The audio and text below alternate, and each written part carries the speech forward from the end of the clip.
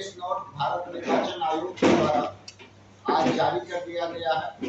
इसके साथ ही जिले में आदर्श आचार संहिता प्रभावी हो गई है।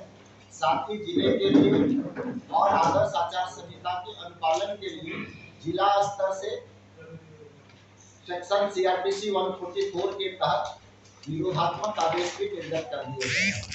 दरभंगा जिला जिसमें कि 10 असेंबली कॉन्स्टिट्यूंसी है और वह 3 पार्लियामेंट्री कॉन्स्टिट्यूंसी में बटा हुआ है। दरभंगा जिले का जाले विधानसभा क्षेत्र और केवटी विधानसभा क्षेत्र मधुबनी पार्लियामेंट्री कॉन्स्टिट्यूंसी के अंतर्गत आता है और हायाघाट तथा कुशेश्वर स्थान का हमारा जो असेंबली कॉन्स्टिट्यूंसी सेगमेंट है वो समस्तीपुर पार्लियामेंट्री कॉन्स्टिट्यूंसी के अंतर्गत आता है। रिमेनिंग जो 6 हमारा है वो दरभंगा पार्लियामेंट्री कॉन्स्टिट्यूंसी के अंतर्गत आता है। भारत निर्वाचन आयोग के द्वारा जारी प्रेस नोट के अनुसार जो हमारा दरभंगा पार्लियामेंट्री कॉन्स्टिट्यूंसी है जनरल है और जो समस्तीपुर पार्लियामेंट्री कॉन्स्टिट्यूंसी का 2 सेगमेंट है जो एससी आरक्षित है, उसके लिए चौथे चरण में निर्वाचन संपन्न होना है और जो उसके लिए डेट है वो मैं आप लोगों के सामने रखना चाहूंगा। नोटिफिकेशन का डेट 18 अप्रैल होगा। Last date for filing nomination 25 April 2024 है। स्क्रूटनी ऑफ नॉमिनेशन का date 26 April 2024। Last date for withdrawal of candidature 29 April 2024 है। पोल की तिथि, मतदान की तिथि 13 मई 2024 और मतगणना की तिथि 4 जून 2024। इस प्रकार 6 जून 2024 से पहले निर्वाचन की प्रक्रिया पूर्ण कर दी जाती है। और जो हमारा मधुबनी पार्लियामेंट्री कॉन्स्टिट्यूंसी के अंतर्गत जो विधानसभा है वो 5वें चरण में होना है। उसके लिए जो निर्वाचन के कार्यक्रम है वो इस प्रकार है। नोटिफिकेशन 26 अप्रैल 2024 को होगा।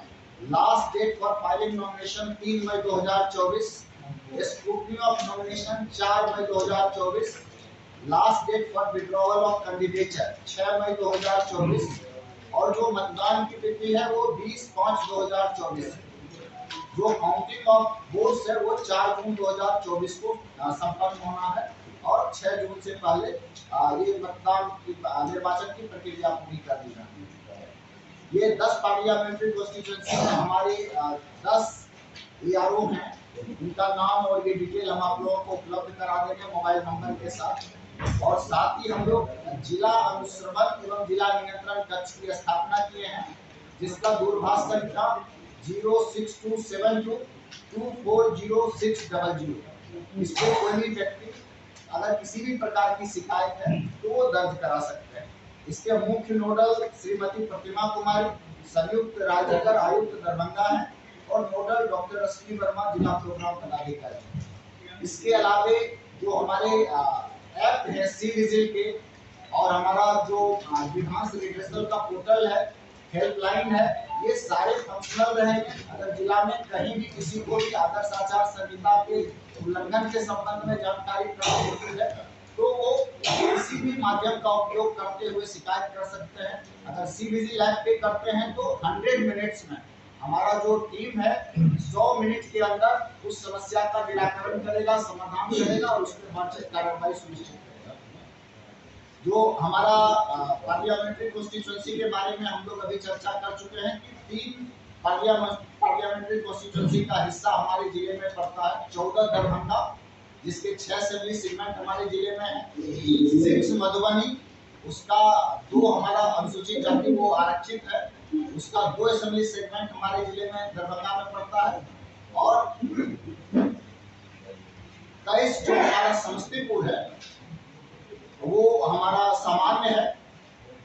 नहीं, समस्तीपुर जो है वो हमारा मधुबनी सामान्य है और समस्तीपुर जो है वो आरक्षित, उसका 2 सेगमेंट हमारे यहाँ पड़ता है। रिमेनिंग जो हमारे जिले में टोटल वोटर हैं, दरभंगा संसदीय क्षेत्र में कुल मतदाताओं की संख्या पुरुष की 9,33,122 है और महिला मतदाता की संख्या 8,41,499 है और थर्ड जेंडर के वोटर्स हमारे 35 हैं। इस प्रकार से कुल 17,74,656 हमारे यहाँ जिले में कुल मतदाता हैं जो दरभंगा पार्लियामेंट्री कॉन्स्टिट्यूंसी में, जो हमारे समस्तीपुर पार्लियामेंट्री कॉन्स्टिट्यूंसी का 2 सेगमेंट है, उसमें टोटल मतदाता 5,18,150 है, महिला पुरुष और थर्ड जेंडर मिलाकर। समस्तीपुर संसदीय क्षेत्र का जो हिस्सा दरभंगा जिले में पड़ता है उसमें 6,26,600 मतदाता हैं। इस प्रकार से जिले में कुल मतदाताओं की संख्या पुरुष 15,35,515, महिला 13,83,837 और थर्ड जेंडर 54, कुल 29,19,406 हमारे यहाँ मतदाता जिले में है। जो हमारा सेवा मतदाता जिले में कुल सेवा मतदाताओं की संख्या 2,254 है। जो सर्विस वोटर्स है उनकी ये संख्या है। जिले में सभी कोषांगों का गठन कर लिया गया है और उसके अनुरूप सभी पदाधिकारी और नोडल चयनित कर लिए गए हैं। दरभंगा जिले में जो सेक्टर पदाधिकारी होते हैं उनकी संख्या 309 है, 309। इसके साथ साथ फ्लाइंग स्क्वाड की टीम बनी है जिसकी संख्या 38 है। स्टैटिक सर्विलांस की टीम रहेगी और वो उसकी संख्या 45 है। जो हमारे व्यय के प्रेक्षक हैं उसकी संख्या 10 है। और इस बार जो 2024 का लोकसभा निर्वाचन होना है इसमें व्यय की अधिकतम सीमा दरभंगा निर्वाचन क्षेत्र के लिए 95 लाख होगी, 95 लाख होगी। पोलिंग एजेंट्स के संदर्भ में यह प्रावधान में थोड़ा परिवर्तन हुआ है, इसलिए मैं आप लोगों के माध्यम से सभी लोगों को भी जानकारी देना चाहूंगा कि पूर्व में यह प्रावधान था कि पोलिंग एजेंट उसी मतदान केंद्र अथवा नेबरिंग पोलिंग स्टेशन का इलेक्टर होना चाहिए, वहां का मतदाता होना चाहिए, किंतु इस प्रावधान को रिलैक्स कर दिया गया है और अब पोलिंग एजेंट उस विधानसभा क्षेत्र का कोई भी निर्वाचक, कोई भी मतदाता उसका पोलिंग एजेंट हो सकता है। जो पोलिंग एजेंट नहीं हो सकते हैं उसमें केंद्र सरकार में मंत्री, राज्य सरकार में मंत्री, संसद के सदस्य, विधानसभा के सदस्य अथवा विधान परिषद के सदस्य पोलिंग एजेंट नहीं बनाए जा सकते। नगर निगम के मेयर, नगर पालिका, नगर पंचायत, जिला परिषद, जिला पंचायत निकाय के चेयरपर्सन भी पोलिंग एजेंट नहीं बन सकते। जो सेंट्रल पीएसयू है और स्टेट पीएसयू है, सरकारी निकाय है और निगम के जो चेयरपर्सन है वो भी पोलिंग एजेंट नहीं बनाए जा सकते। सरकार से किसी भी प्रकार का मानदेय प्राप्त करने वाले, सरकारी या सरकारी मान्यता प्राप्त संस्थान में पार्ट टाइम जॉब करने वाले व्यक्ति भी पोलिंग एजेंट नहीं बनाए जा सकते हैं। सरकार सरकारी मान्यता प्राप्त संस्थान में कार्यरत स्वास्थ्य कर्मी अथवा पारा मेडिकल कर्मी, जल वितरण प्रणाली दुकानदार, आंगनबाड़ी कर्मी, सरकारी कर्मी या ऐसा कोई भी व्यक्ति जिसको सिक्योरिटी कवर प्राप्त हो, ये लोग भी पोलिंग एजेंट के रूप में नियुक्त नहीं किए जा सकते। नॉमिनेशन जो है प्रेस नोट जारी हो गया है और उसके लिए आदर्श आचार संहिता लागू हो गई है। जो अधिसूचना की तिथि है जिसके लिए रिटर्निंग ऑफिसर दरभंगा के लिए जिला पदाधिकारी होते हैं और जो हमारा दोनों बाकी सेगमेंट है उसके लिए समस्तीपुर के रिटर्निंग ऑफिसर समस्तीपुर जिले में है और मधुबनी के लिए रिटर्निंग ऑफिसर मधुबनी से। और जो हम लोगों का अधिसूचना की तिथि है उस तिथि को 11 बजे से हम लोगों का नाम निर्देशन का कार्य प्रारंभ होता है और नाम निर्देशन जो है जो तिथि निर्धारित की गई है उसके बाद प्रत्येक कार्य दिवस में 11 बजे से लेकर के 3 बजे अपराह्न तक, 3 बजे अपराह्न तक जो भी हमारे चैम्बर में जो हम प्रेस नोट जारी करें, जो जिसके लिए हम फॉर्म 1 में सूचना जारी करेंगे उसमें हम लोग स्थल, उसमें समीक्षा की तिथि, समीक्षा का स्थल, ये सारे डिटेल्स के साथ सूचना हम लोग जारी करेंगे। फर्स्ट पे जो हम लोग नॉमिनेशन करते हैं उस पे और उसमें सारी चीज मेंशन करके दर्शाते हैं। निर्धारित स्थल पर उनको एक निर्धारित संख्या में ही लोगों को आने की इजाजत रहती है। 100 मीटर के दायरे में 3 वाहन से अधिक वाहन प्रवेश नहीं कर सकता है और जो निर्वाची पदाधिकारी होते हैं रिटर्निंग ऑफिसर उनके चैम्बर में भी कैंडिडेट के अलावा 4 आदमी को ही अनुमति रहती है।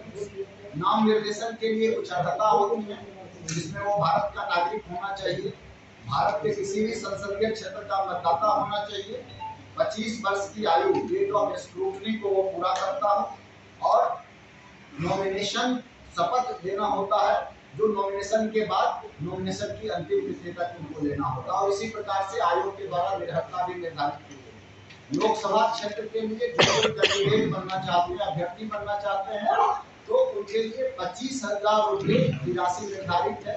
वो ट्रेजरी चालान के माध्यम से या नाजिर रसीद के माध्यम से या आयोग द्वारा निर्धारित अन्य माध्यम से राशि जमा करके वो लोग प्रपत्र खरीद सकते हैं। और साथ में अगर कोई अभ्यर्थी SC/ST कम्युनिटी का है तो उसे 12,500 रुपया उसके लिए फी निर्धारित की गई है। जो आपराधिक पूर्व वित्त का मामला होता है उन्हें फॉर्म 26 में शपथ पत्र देना होता है। और जब वो कैंडिडेट हो जाते हैं तो उनको अपने खर्च पे डिजिटल और प्रेस मीडिया में अपने आपराधिक पूर्व वित्त के बारे में प्रकाशित करवाना होता है। पहली विवरणी उन्हें पहले 4 दिन में प्रकाशित करा देनी है।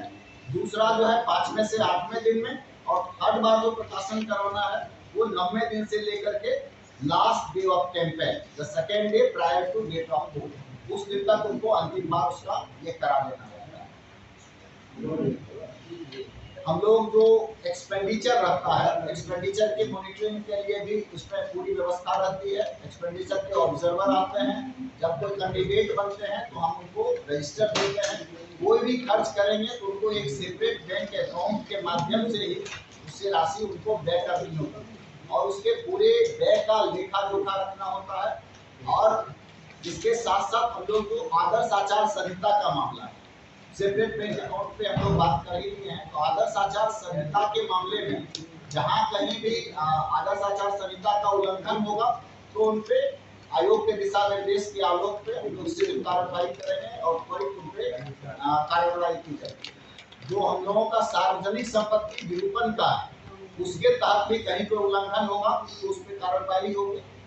लोगों को जो परमिशन लेकर के करना है, सभा, रैली, लाउड स्पीकर का उपयोग, इस प्रकार की चीजों के लिए हम लोगों ने सुविधा का इस्तेमाल किया है। हम सभी लोगों से अनुरोध कर रहे हैं कि समय रहते हुए 48 घंटे से पहले आवेदन दे दें ताकि थाने से, अंचल से, सभी जगह से रिपोर्ट मंगा कर उनको NOC, जहाँ पे भी अगर वो सभा वगैरह करेंगे तो उस संस्थान पे स्वामित्व रखने वाले लोगों से NOC प्राप्त करके फिर उनको ये करना है सभा वगैरह के लिए। लाउड स्पीकर के लिए SDO के स्तर से परमिशन लेना रहता है। अगर हेलीकॉप्टर आ रहा है तो हेलीपैड के लिए परमिशन जिला निर्वाचन पदाधिकारी के स्तर से दिया जाएगा।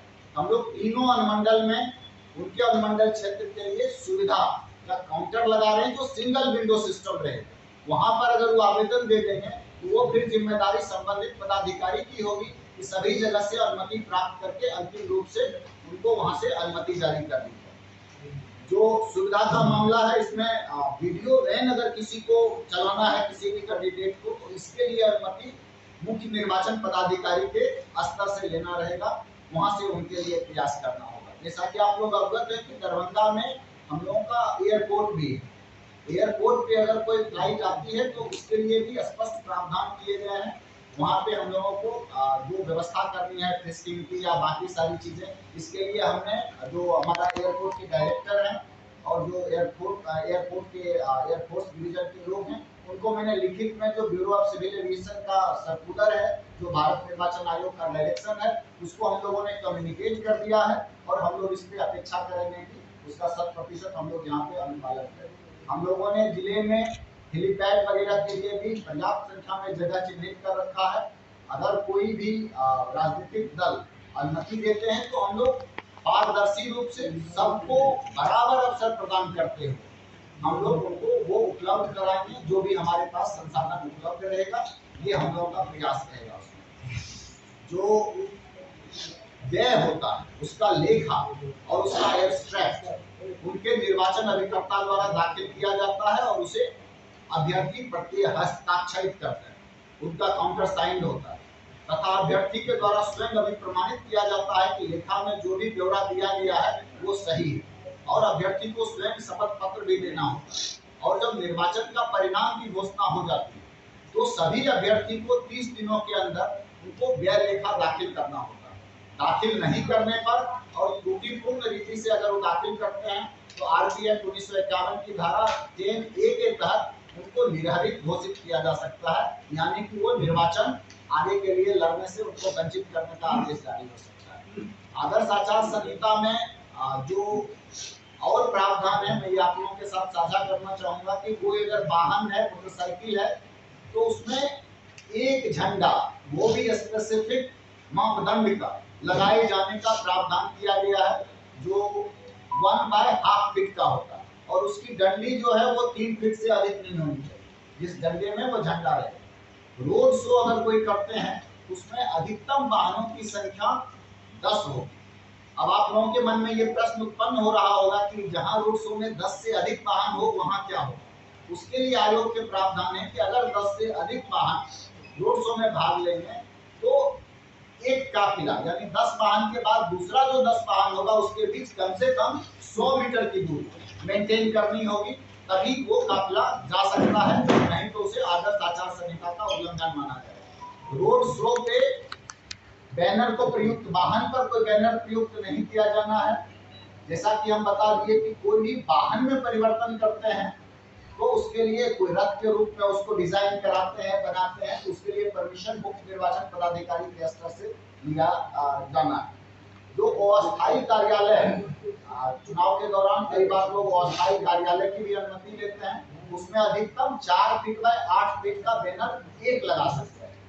जुलूस में 6 फीट बाय 4 फीट का हैंड हेल्ड बैनर लगाया जाता है। और जिस दिन मतदान होगा, मतदान के दिन हम लोग अलग से, जो 48 घंटे पूर्व होता है, उसके आचार संहिता के लिए हम लोग फिर से प्रेस ब्रीफिंग करेंगे, जिसको हम लोग साइलेंस पीरियड भी बोलते हैं। और कोई भी पार्टी का कार्यालय हमारे किसी भी मतदान केंद्र से 200 मीटर की परिधि में नहीं हो सकता। ये चीज की विशेष व्यवस्था की गई है। जो मतदान समाप्ति होने के, मतदान समाप्त होने का जो समय होता है, उससे 48 घंटे पहले, यानी कि अगर हमारे यहाँ 13 मई को चुनाव होना है दरभंगा पार्लियामेंट्री कंस्टिट्यूएंसी में, तो 11 तारीख के 5 बजे संध्या जो हमारा टाइमिंग है मतदान का, वो 7 बजे सुबह से लेकर के 5 बजे अपराह्न तक। तो 5 बजे अपराह्न के बाद से प्रचार प्रसार पे पूरी तरह से प्रतिबंध लग जाता है, और उसमें कोई भी रैली शो ये नहीं होता है। जो इस क्षेत्र के मतदाता नहीं होते हैं, स्टार प्रचारक वगैरह, वो सब इस क्षेत्र में नहीं रह सकते। उन्हें हमारे जो क्षेत्र के मतदाता अगर नहीं है, तो उनको यहाँ इस क्षेत्र में नहीं रहना होता। पॉलिटिकल फंक्शनरीज की उपस्थिति पे उस अवधि में पाबंदी हो जाएगी। जो पैम्पलेट और पोस्टर का मुद्रण है, इसके लिए सेक्शन 127A है। इसमें जब भी कोई पोस्टर पैम्पलेट का मुद्रण होगा, तो उसमें पोस्टर का, पैम्पलेट का, बैनर का जो मुद्रक है, जो प्रकाशन करने वाले प्रेस हैं, जो मुद्रण की संख्या है, कितनी संख्या में वो छपाए गए हैं, उस सब का विवरण लिखा हुआ रहना चाहिए। अगर कोई पोस्टर ऐसा रहता है कि जिस पे ऐसा नहीं किया गया है, तो उस पे आदर्श आचार संहिता का उल्लंघन और सेक्शन 127A का उल्लंघन माना जाता है, और अकॉर्डिंगली कार्रवाई की जाती है। और उसकी सूचना जो है, वो भी जिला निर्वाचन पदाधिकारी को देनी है कि अगर कोई भी आदमी मुद्रण कराते हैं, प्रकाशन कराते हैं, तो उसकी सूचना जिला निर्वाचन पदाधिकारी को देनी होगी। जो शैक्षणिक संस्थान हमारे हैं या गवर्नमेंट इंस्टीट्यूशन है, जिसके बारे में हमने कहा है कि बकायदा उस पे एनओसी लेकर के ही वहाँ पे कोई कार्यक्रम इत्यादि हो सकता है, तो एकेडमिक कैलेंडर प्रभावित ना हो, इस चीज के लिए इसमें विशेष निर्देश है। और जहाँ भी कार्यक्रम होगा, जो हमारा अध्ययन अध्यापन का काम है, वो प्रभावित नहीं हो, इसके लिए विशेष व्यवस्था की जा रही है। और अनुमति देने में भी इस बात का ख्याल रखा जाएगा। स्कूल कॉलेज प्रबंधन से इस संबंध में एनओसी की बात हम लोग कर ही लिए हैं। अच्छा, कोई भेदभाव नहीं होना है, first come first serve basis. जिनका आवेदन पहले आएगा, उनको हम लोग जो अवेलेबल प्लेस रहेगा वो हम पहले उपलब्ध कराएंगे। इसमें हम लोग फर्स्ट यूज के लिए ये कर रहे हैं। जो मतदान के दिन के लिए वाहन की अनुमति होती है, उसके लिए अलग से परमिशन लेने की आवश्यकता होगी। और एक अभ्यर्थी के लिए उस दिन संपूर्ण संसदीय क्षेत्र के लिए, निर्वाचन क्षेत्र के लिए एक हम लोग व्हीकल यूज के लिए परमिशन देते हैं। मतदान के दिन एक वाहन पर 4+1, 5 से अधिक आदमी नहीं हो सकते, वो एक ड्राइवर मिला करके। अगर वो ड्राइवर के सहित 5 से ज्यादा होने मतदान के दिन कोई अभ्यर्थी यात्रा करते पाए जाएंगे, वो भी आदर्श आचार संहिता के उल्लंघन के दायरे में आएगा और उन पे कार्रवाई। और जो इंडियन पिनल कोड है उसके तहत में निर्वाचन के अधिकार को परिभाषित किया गया है। अगर कोई किसी भी प्रकार से मनी का उपयोग करते हुए, मशल का उपयोग करते हुए सोशल मीडिया पे अफवाह फैला करके अगर कोई दुष्प्रचार करने की कोशिश करेंगे जो फैक्ट्स नहीं है, उसके लिए कार्रवाई करते हुए पाए जाते हैं तो उस पर सख्त से सख्त कार्रवाई की जाएगी।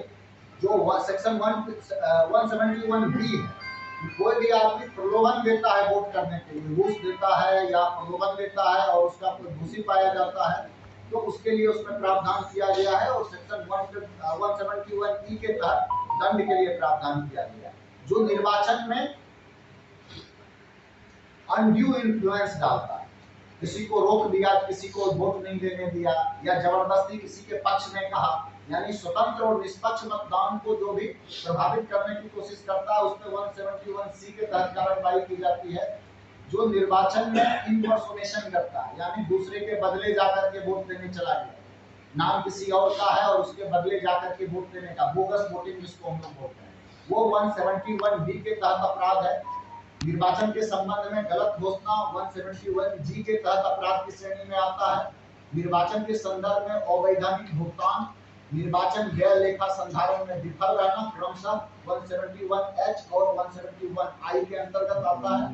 और लोक शांति भंग करने के उद्देश्य से कोई ऐसा कार्य किया गया है जिससे लोगों में भय उत्पन्न होता हो और इसके लिए कोई प्रेरित कर रहा है तो सेक्शन 5051 के तहत इस पर कार्रवाई की जाती है। इसके अतिरिक्त और भी कुछ सेक्शंस हैं जो सेक्शन 123 है जिसमें करप्ट प्रैक्टिसेस के बारे में दिया गया है। ब्राइबरी, जाति धर्म के आधार पर वोट की अपील करना, विभिन्न समुदाय के बीच घृणा उत्पन्न करना, सती प्रथा का प्रचार प्रसार करना, किसी अभ्यर्थी के संदर्भ में गलत घोषणा, निर्वाचन को होने के लिए वाहन का गलत ढंग से प्रयोग करना, सेक्शन 77 के प्रावधान निर्वाचन व्यय के संदर्भ में है उसके संबंध में कोई अपराध, सरकारी सेवकों से सहायता प्राप्त करना, ये सारी चीजें 173 के तहत अपराध की श्रेणी में आती है। सेक्शन 125 है जो निर्वाचन के संदर्भ में विभिन्न समुदाय के मध्य वैमनस्य उत्पन्न करने के संबंध में है। निर्वाचन की सभा में अगर कोई आदमी विहित रीति से अनुमति लेके कोई सभा कर रहा है और कोई आदमी अपने मसल पावर से या कोई अपने संख्या बल से उसको डिस्टर्ब कर रहा है, ऐसी स्थिति में सेक्शन 127 के तहत कार्रवाई की जाती है जो भी इसमें दोषी पाए जाते हैं। निर्वाचन कार्य में प्रतिनियुक्त ऑफिसर, कोई भी कर्मी, मतदान कर्मी किसी अभ्यर्थी के पक्ष में वोटिंग प्रभावित करने का कार्य अगर करते हैं वो सेक्शन 129 के तहत अपराध की श्रेणी में आता है। मतदान केंद्र का जो 200 मीटर का दायरा है वहां पर हम पहले ही बता चुके हैं कि वहां पर किसी भी पार्टी का हम लोगों का ये नहीं रहता है, पार्टी ऑफिस वो लोग टेम्पोररी नहीं बना सकते हैं। मतदान केंद्र पर मिसकंडक्ट के लिए दंड की व्यवस्था सेक्शन 132 में की गई। निर्वाचन के संदर्भ में प्रदत्त दायित्व का निर्वहन नहीं करना सेक्शन 134 के तहत अपराध। 134 भी मतदान केंद्र के निकट हथियार लेकर के जाने को प्रतिबंधित करता है। मतदान केंद्र से बैलेट पेपर को लूटना या फिर ईवीएम को खराब करना, इसके लिए भी उसमें व्यवस्था की गई है दंड की। और बूथ कैप्चरिंग का कोई अपराध करता है उसके लिए 135 का प्रावधान उसमें किया गया है। सी विजिल के साथ साथ एक इनकोर का सॉफ्टवेयर है और सुविधाकारी, जो अभ्यर्थी होंगे वो अगर चाहें तो उसका उपयोग उठाते हुए भी नॉमिनेशन में लाभ ले सकते हैं, अपना फॉर्म वहां पर भर सकते हैं। यानी जो उनके नॉमिनेशन फॉर्म की एंट्री होती है, फॉर्म 26 की एंट्री होती है, वो वहां कर सकते हैं। लेकिन उनको अपना नॉमिनेशन पत्र जो है आरओ के पास फिजिकली जमा करना हो। ऑनलाइन सिर्फ एंट्री कर सकते हैं लेकिन उन्हें फिजिकली खुद से ही आरओ के पास अपना नॉमिनेशन फाइल दाखिल करना होगा। इनको और सुविधा का जो व्यवस्था किया गया है वो उस व्यवस्था को सुचारू रूप से उनका सारा डिटेल जो है वो रहे। और जो भी नॉमिनेशन फाइल होता है उसको हम लोग प्रत्येक डे जो निर्वाचन आयोग का सॉफ्टवेयर है, जो उसका पोर्टल है, उस पर हम लोग अपलोड करते हैं। हम लोग PBMS है, electronically transferred postal ballot management system. ये जो सर्विस वोटर्स होते हैं, जो खास तौर से हम लोग 3 प्रकार के सर्विस वोटर्स होते हैं, जो डेजिग्नेटेड ऑफिस वाले होल्डर हैं, पैरामिलिट्री में हैं और आर्मी में लोग होते हैं। मोटा मोटी इस टाइप के जो लोग सर्विस वोटर्स के रूप में आइडेंटिफाई करते हैं। तो जैसे ही हमारा लास्ट पे हमारा फाइनल कंटेस्टिंग कैंडिडेट क्लियर हो जाता है तो हम लोग फिर पीडीएमएस के माध्यम से उन लोगों को पोस्टल बैलेट भेज देते हैं।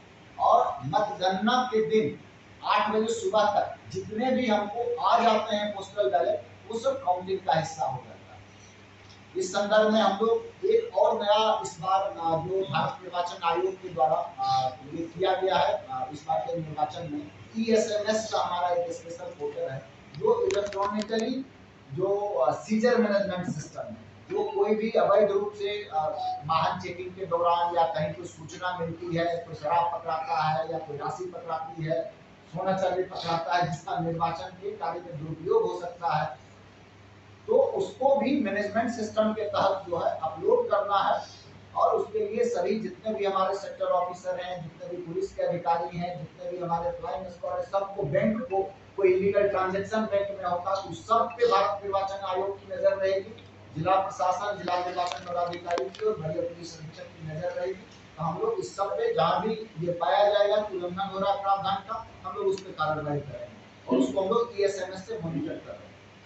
जिले में जो अभी तक कार्रवाई हुई है, मैं आप लोगों को बताना चाहूंगा कि जितने भी लंबित हमारे थे वारंट वाले, वो एसपी साहब आपको डिटेल में बताएंगे, जो हमारा लंबित वारंट है उस पर हम लोग कार्रवाई किए हैं सभी लोगों को।